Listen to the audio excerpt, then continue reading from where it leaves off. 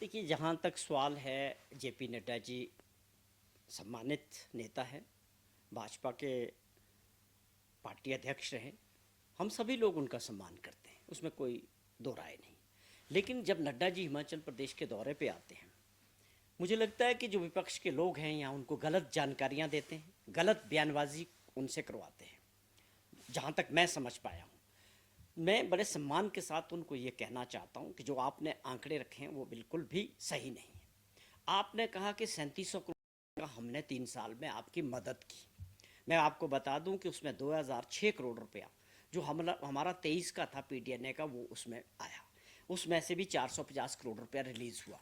2006 करोड़ में 500 करोड़ रुपया स्टेट का शेयर है, तो 1500 करोड़ रुपये पीडीएनए के हमको भारत सरकार से मिलेंगे। उसमें से 451 करोड़ अभी तक मिले हैं, पहली बात।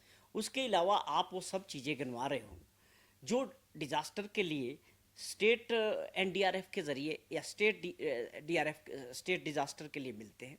वो साल में 189 करोड़ की 2 किश्तें हर राज्य को मिलती है। वो सेट प्रोसीजर है। जो हिमाचल का शेयर है वो 2 बार हिमाचल को मिलना है। वो आप भी 3-4 सालों का वो भी आप उसमें गिना रहे हैं।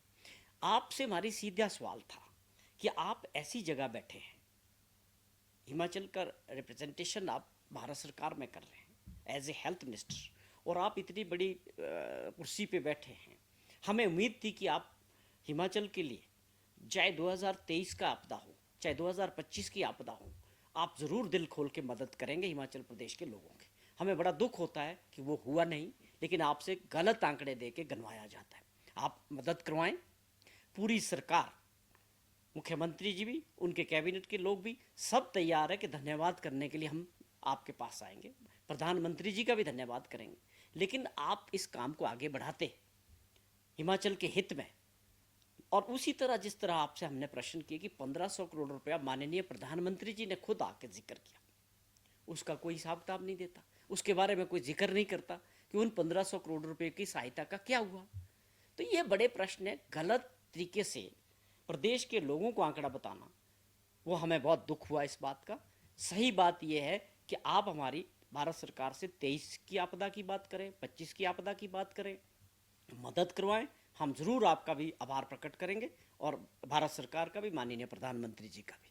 यही मेरा इन पे कहना है। लेकिन उनका कहना है 75 वाइब्रेंट विलेजेस जो है वो प्रदेश को दिए गए, उसका कुछ नहीं हुआ। बल्ड्रग पार्क की उन्होंने जिक्र किया, मेडिकल डिवाइस पार्क का उन्होंने जिक्र किया। उन्होंने कहा कि हमने पैसा भी दिया, लेकिन सरकार करवाना नहीं चाहती और वो वापस लेने के लिए कह रही कि पैसा वापस ले लो। नहीं, ये बहुत अधूरी जानकारी उन्होंने जो है मीडिया के सामने रखी है। ये सारे आरोप बिल्कुल गलत है। जिन परिस्थितियों में हमने 3 साल काम किया, आर्थिक संकट होने के बावजूद हिमाचल की सरकार ने और माननीय मुख्यमंत्री जी ने बहुत ऐसी योजनाएं आगे बढ़ाई है जो ज़मीनी स्तर पर लोगों तक पहुंचनी शुरू होगी, और वो बड़े कार्यक्रम में जिसकी तरफ व्यवस्था परिवर्तन की सरकार आगे बढ़ी। और ये आप कोई 3 साल के अंदर आप 3 चीज़ें गिन लो कि इसमें अभी आगे मेडिकल डिवाइस पार्क में काम शुरू हो गया है, उसमें काम चल रहा है।